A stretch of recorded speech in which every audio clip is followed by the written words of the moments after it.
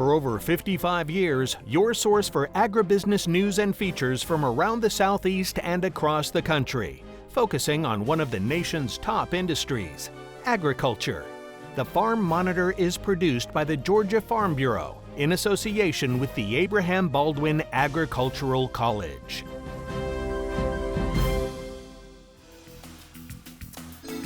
So did you catch the end of that? In association with Abraham Baldwin Agricultural College. Yes, my friends, a new era of the Farm Monitor, a partnership like no other. One of great agricultural value and resources. Georgia Farm Bureau and ABAC joining forces. Something we're going to dive into here shortly. But first, we do want to let you know what else is coming up on the show. Straight ahead, a new exhibit is showcasing the state's top-ranked forestry industry in an immersive way. We'll take you inside the Seedlings to Solutions experience at the Georgia National Fair and show you how this vital sector fuels both the economy and everyday life. Also on the program, she grew up surrounded by peanuts, cotton, and soybeans, but now this Crawford County entrepreneur is turning farm life into a sensational business. How she's honoring her roots with every candle she makes. Plus, hey, I'm Kenny Burgamy in Tifton. We're talking peanuts, from the allergies all the way to research and development. It's coming up on the Farm Monitor. Well, as farmers and producers across Georgia continue to pick up the pieces from Hurricane Helene, we here at the show want you to know that you're in our thoughts and prayers. The devastation left behind unlike anything we have seen in recent memory, with early reports suggesting widespread catastrophic losses that have impacted nearly every corner of Georgia agriculture. Dairy farms have been hit hard. Pecan orchards and peach growers seeing devastating damage. Cotton fields in ruin. Peanut farmers facing heavy losses, and entire chicken houses have been completely leveled. Now, our cameras were out and about in the days following the storm, capturing firsthand accounts of the destruction and the early stages of recovery. Next week, we plan to bring you full coverage of the recovery efforts and share the stories of resilience from the farmers who are working tirelessly to rebuild. Rest assured, we are continuing to monitor the situation closely, and we'll keep you informed both here on the show and across our social media platforms. one of the country's top schools for agriculture and natural resources, teaming up with the premier show for everything Georgia Ag. Sounds like a match made in heaven, right? But ABAC's partnership with the Farm Monitor, one of the many things school president Tracy Brundage is excited about. Damon Jones has more from Tifton. Despite only becoming a four-year school just over 15 years ago, Abraham Baldwin Agricultural College has now grown to more than 3,700 students from all over the world, offering 14 different bachelor degrees in everything from fine arts to nursing. And it's a curriculum they're always looking to expand on. We have so many of our students that spend 4 years here and go right on to vet school, med school, law school, and so just seeing how competitive we are, and we're also working on getting our elementary education program approved by the Board of Regents, and hope that we can get that program added to our offerings for next year. So we're continuing to grow our offerings in Bainbridge. Would like to add some ag-related courses, as well as continuing to build our additional 4-year programming there. Of course, the college is best known for their School of Agriculture and Natural Resources, where students can specialize in a number of different fields across the industry. And this past year, they added one more to that list, along with a brand new 27,000 square foot facility to house it in. That is our largest school with over 1,500 students enrolled, and we do have a new program, relatively new program, that's our Bachelor's of Science in Agricultural Technology Management. And the good news is, from when we started it, last year to this year, it's growing, and we're really excited about the potential. This program is broad in scope as it prepares students for a wide variety of jobs, including technical careers that include sales or management in the production, processing, or manufacturing of agricultural materials. It's no secret that the average age of farmers is on the rise, which is why ABAC's goal of preparing their graduating students for the workforce is more important than ever. We've improved our retention rate. We have new initiatives with our Career Center, our placement numbers. We did over 254 of our students were placed in internships in the School of Ag and Natural Resources over the summer, and we have a long tradition of internships that really are a key reason why ABAC graduates are sought after by our employers. It's not just academics that is seeing a major expansion, as the athletic department is also making some major changes. We're really excited about transitioning from 2-year athletics to 4-year athletics. We've made that transition, that's complete. We're actually beginning in the NAIA right now, so we have our fall sports participating. You know, we brought back men and women's basketball, and as I mentioned last time, that was something we were really excited about to add to our enrollment and retention initiatives. That excitement extends to marketing as well, with the college partnering up with Farm Monitor TV. It'll provide them a platform to highlight some of the many innovative things they are doing on and away from the farm. We've been looking for ways to build partnerships to really elevate our brand and brand recognition on a national level, and we're really looking forward to this partnership and the activities that we jointly have planned to really provide ABAC with that visibility and to be able to just share the good news and the stories of our students and the great work that they're doing and how successful they are and how we really are helping to meet the workforce needs of the #1 industry sector in the state of Georgia, which is agriculture. Reporting from Tifton, I'm Damon Jones for the Farm Monitor. It's funnel cake time here in the Peach State, and this year the Georgia National Fair is showcasing a new exhibit featuring our forestry industry all the way from planting to harvest. The Monitor's John Holcomb has the story. Ag is, of course, big business here in Georgia, and a new exhibit inside the Georgia Grown building at the Georgia National Fair is aimed at making people aware of that fact with the new Seedlings to Solutions experience, an exhibit designed to showcase Georgia's thriving forestry industry, which happens to be #1 in the country. We came to agreement with Commissioner Harper to bring a new life to and contemporary look to Georgia Grown, and give the fairgoers and the people who attend who don't know anything about Georgia agriculture, Georgia forestry, etc., and rural communities that thrive by those industries, but to give them a new, modern, conventional look at it's big business. Ag's big business, forestry's big business. To be able to present forestry and to show Georgians such a great experience at the fair is so exciting for us. We've been working on this for a year, and we can't wait to have people come in, learn about forestry in Georgia, learn what makes a working forest tick, learn the importance of forestry in Georgia outside of your typical paper or lumber in your home, but to be able to see all the many ways that we use wood products here in Georgia and in the world. What makes the exhibit so unique is the fact that it's an immersive experience, one that allows people the chance to explore the forestry industry from the time the tree is planted as a seedling until it's harvested and used to create products consumers love and enjoy. If you feel a certain way about forestry that's negative, or you don't understand why we have to harvest trees or why forests need to be managed, the best thing that we can do is take you on a field trip and show you the forest and show you what we're doing, let you behind the gates to see what management looks like every day and the stewards that are making that happen.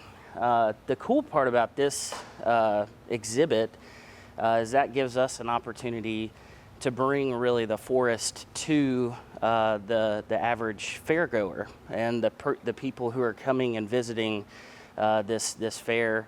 In the end, however, the ultimate goal they hope to achieve is just bridging the gap between Georgia's forests and consumers by showing them the different aspects of the industry and its important role in their everyday lives, and more importantly, our state's economy.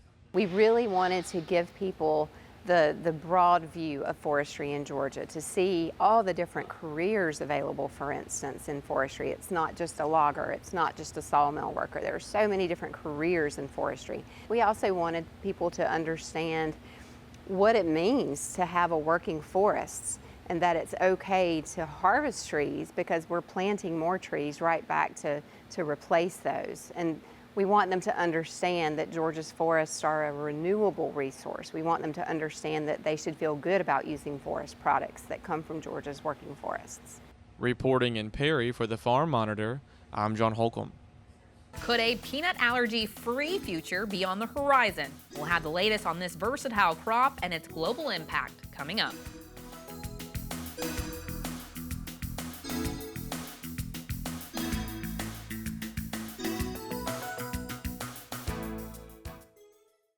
Hey y'all, I'm Tom McCall, Georgia Farm Bureau President.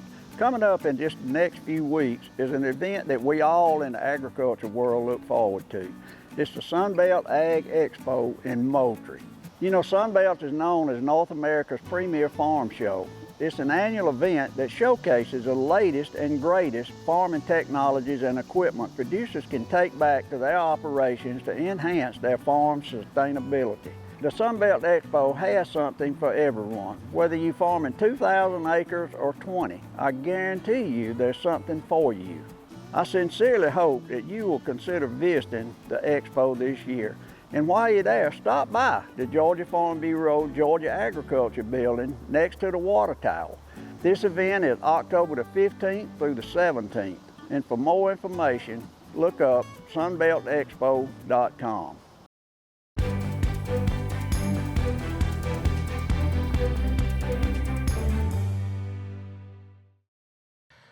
Peanuts may be a staple in our diet, but did you know they're playing an even bigger role in industries beyond food? In a recent conversation with our Kenny Burgamy, Don Kaler, Executive Director of the Georgia Peanut Commission, revealed some fascinating new research and market opportunities.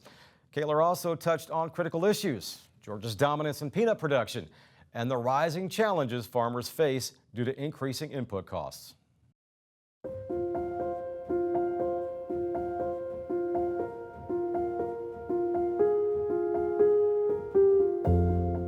Where are we with research and what's going on? I hear there's all kinds of possibilities for the peanut other than just eating peanuts. You know, we have an interesting situation in the world, but the developed countries of the world have a shrinking population, including the United States. And so with that kind of a situation, we've got to look at other opportunities. We went back and looked at the work that Carver did when he was at Tuskegee.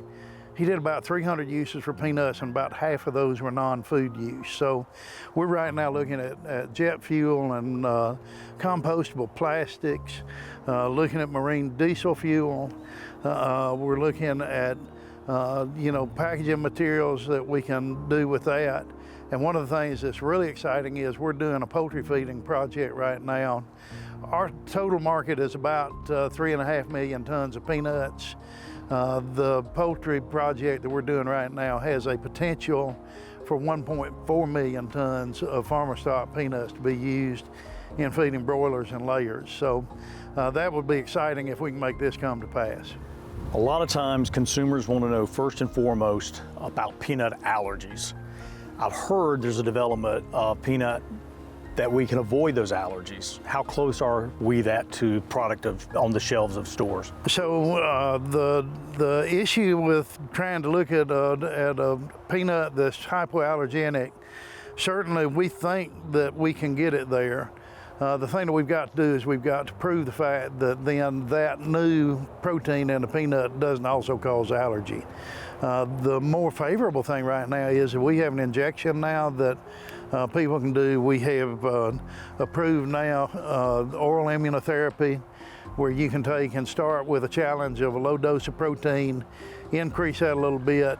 I've got a little boy who goes to church with me. He's not little anymore. He's in high school, that went through oral immunotherapy, and his treatment is every day to eat one Reese's peanut butter cup, the little small one, to keep his resistance up to where his body doesn't view peanut as something that's foreign. So a lot of work going on, but a lot of successes there.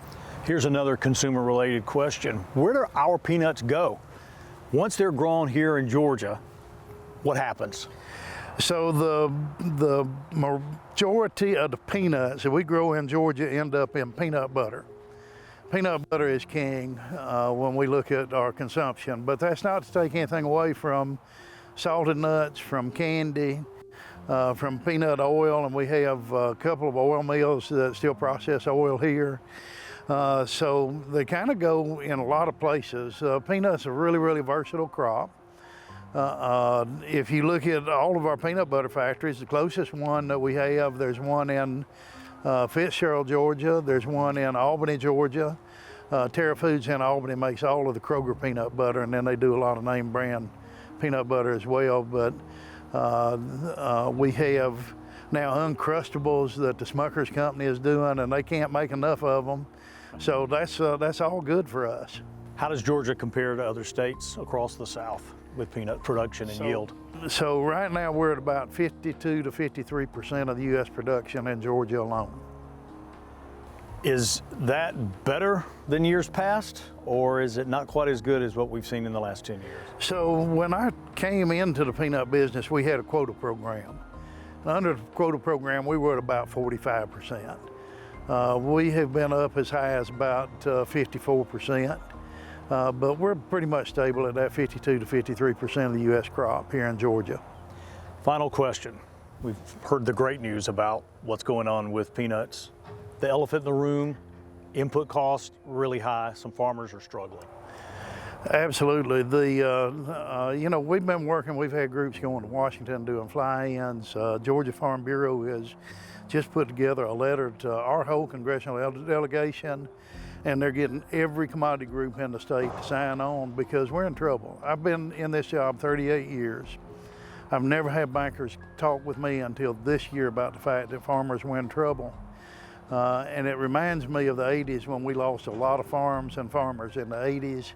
We're working really hard. We need a farm bill out of Washington, but a farm bill isn't the only thing. We're going to have some help to keep our farmers on the farm, some supplemental help, because we've gone for 2 years now without a farm bill.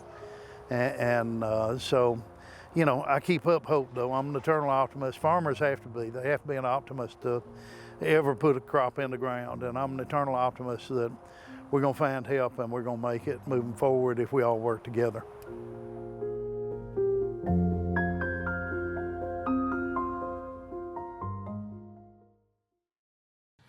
Great job, Kenny, and our thanks to Don Keller for spending the day with us and providing the incredible insights. When we come back, from farm fields to fragrant flames, how a Georgia farm kid is using soy wax to light up the world and support agriculture.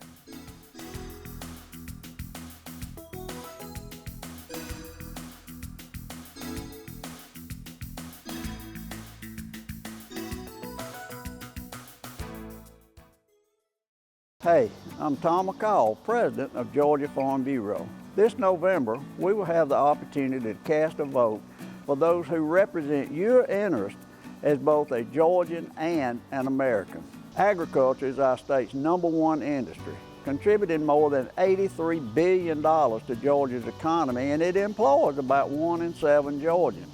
Farmers need elected officials to support favorable ag policy, as these benefits stretch far beyond the fence road, impacting everything from the food and fiber we need to international trade and even feeding our most vulnerable citizens.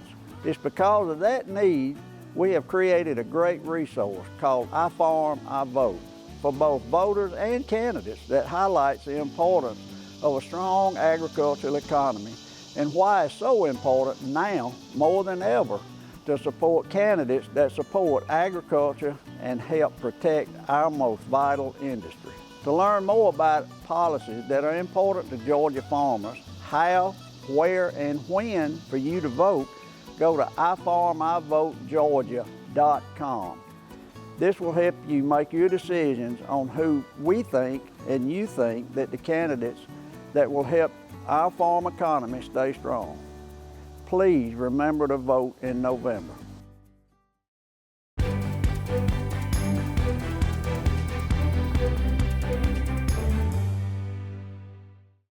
Just like people, animals get sick. So what if we had a tool that would kill all the bacteria, no matter what? What if we had a tool that was safe to use? And unlike antibiotics, or some of the other things that we're using to replace antibiotics, that once you put it in the wastewater, would fall apart, disappear, and be safe, instead of persisting in the soil or in the water. Well, that's what we're working on. So my assignment is digital dermatitis. It's a bacterial infection, affects cattle, but it can affect sheep, goats, any ruminant animal with hooves. And it creates a big sore right on the skin at the line of the hoof. And there's lots of different bacteria involved in these, the major one being a spiral snake-shaped bacteria in the family Treponema. These bacteria get in and they just make a huge mess of the place. So the US cattle population is in the billions, and that's combining beef and dairy. Over a third of these animals will experience lameness at some point in their production cycle. Over half of the lameness is caused by digital dermatitis. What we've been working on is some alternative chemicals for foot baths and some alternative chemicals for treatment. And that's where these biocides come in. I started with Billy Hart Cooper. His lab, they called me up one day, and they're out in California, and there's a lot of dairies in California, and so they knew that this was something that possibly could help in the dairy industry. I said, let's work together. Right now, antibiotic use is being restricted in agriculture to prevent the risk of developing antibiotic resistance to clinical diseases. Because of that, there are a limited number of tools that are available to treat these hoof infections. Some of the existing tools are heavy metals like copper that'll persist in the soil and water, and formaldehyde, which is a carcinogen and reproductive toxin. Both of them present hazards for the workers and for the environment. So we screened hundreds of different compounds, many natural compounds, some synthetic, and we identified the chemical attributes that are necessary to make a broad spectrum, highly effective antimicrobial that can kill bacteria, mold, and yeast, and be safe on the skin. We've been developing a sheep model of digital dermatitis. We took our sheep and we tested it. Billy's team really knocked it out of the park. In 2 treatments, it completely cured severe digital dermatitis in our sheep. The average producer is going to want something where they can treat a lot more animals a lot faster without restraint. Ideally, a foot bath. We got some cattle. What we saw was a 60% reduction in lesion size. We're really excited that we think we have something that we can take forward and really help the producers. Finally this week, a childhood rooted in agriculture and an idea during a global pandemic turned into a thriving small business recognized as a Georgia-grown company for one woman in Crawford County. With that in mind, we shine a light on how Leah Kelly is using American-made products to create soy wax candles. This is my dad.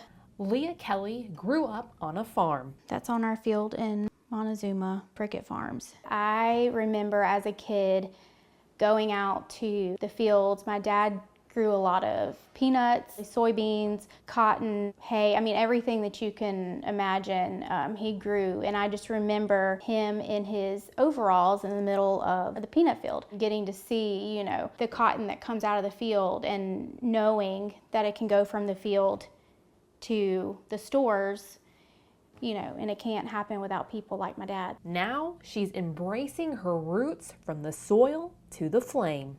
These are the dough bowl candles. This is actually one of my new scents, amber and oak. Because she grew up a farm kid, she knows all too well the struggles farmers deal with on a daily basis.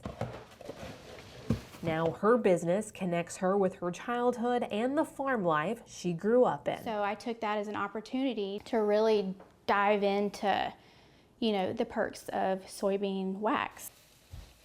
She really honed her candle making skills a few years ago during the COVID-19 pandemic when she saw firsthand how a global shutdown affected our farmers. It slowed down their processes. They didn't have, you know, the driving and the employees and, you know, all of the things that, you know, go along with growing a successful crop. As a result, she was inspired to do her part and only use items made in the USA. The jar The wick, everything on this candle down to the metal piece that holds the wick in place was made here in the U.S. And the wax, courtesy of our American soybean farmers. I believe that it's important to focus a lot of our work and energy into our country, especially in a time like today when, you know, things are hard on everyone. Even though I don't know a lot of, you know, the specifics with the actual work of farming, I still have my memories, and I know the hard work that goes into raising a crop and harvesting and the hours that go in. Memories she's reliving through scents. I will dip Q-tips in the oils, and then I'll put the different dipped Q-tips in a jar and close it, and then I'll come back later on and smell to see if I like the way they blend. And she even made a few inspired by her grandparents. She calls one Pawpaw's flannel. Sometimes we just get caught up in life, and it's nice to be able to find something like a good scented candle to take you back. She says although she's not a farmer, they're connected to agriculture through their involvement in FFA. My daughter's show. So she's the most proud of her buckles. That's her at the state show in Perry. It's fun, it's exciting, it's rewarding.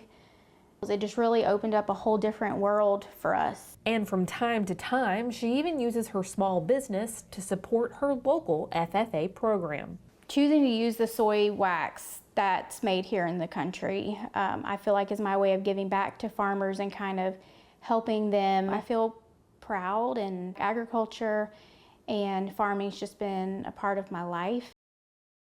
Before we go, want to remind you that for all the latest ag news regarding food, recipes, and what's happening on Georgia farms, be sure you check out all of our social media pages, including farm-monitor.com.